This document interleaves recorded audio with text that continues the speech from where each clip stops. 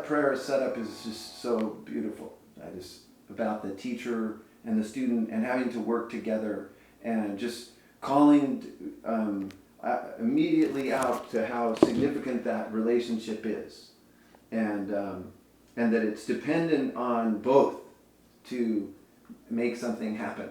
And I was writing about it this morning. I was thinking of how hard it is to be the student, and because the teacher, it's like their job to like continually like shape your direction and redirect it and like put it over here, and it's habitually going over there, but it needs to go over here, and that teacher has to see that and keep directing it over there, but there's resistance because those habits are there, and so the teacher is sort of, the teacher could be wrong for one. Teacher's not always right. It's not so all-knowing or anything. So they kind of have to trust your own feeling of where things could go for development, and you have to be ready to change because you could be wrong. But the teacher has to be ready to change too. Yeah.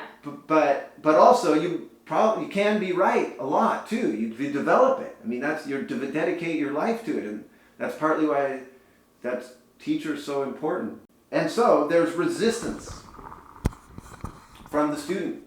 And you go into it as a teacher knowing that you're going to be putting them through the ordeal daily. It has the last line about not mutually disputing and showing the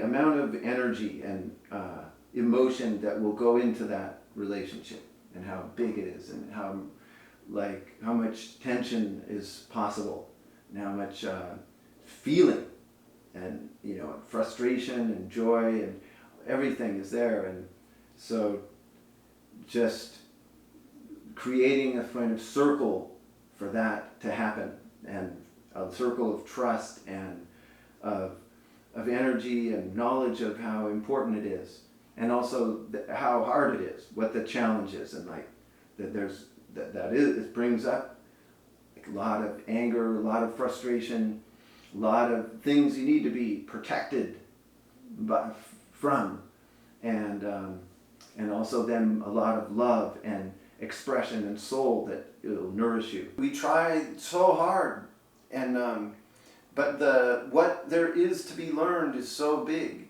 and so hard to reach, so that you have to leave room for failure and for falling short, but then trying again.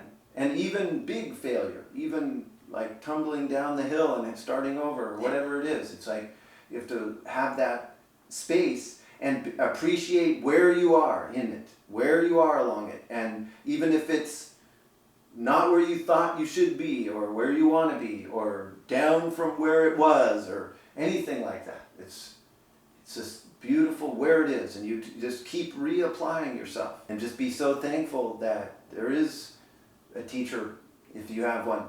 And if you don't have one, then you have to invent one in your own psyche. Because that teaching is just there. That both the learning and the teaching is there. It isn't one single individual. It's there, and we're all trying to tap it, as students, as teachers, and when we can come together for that, that's powerful, that's potent and beautiful, and we have to celebrate that and go for it.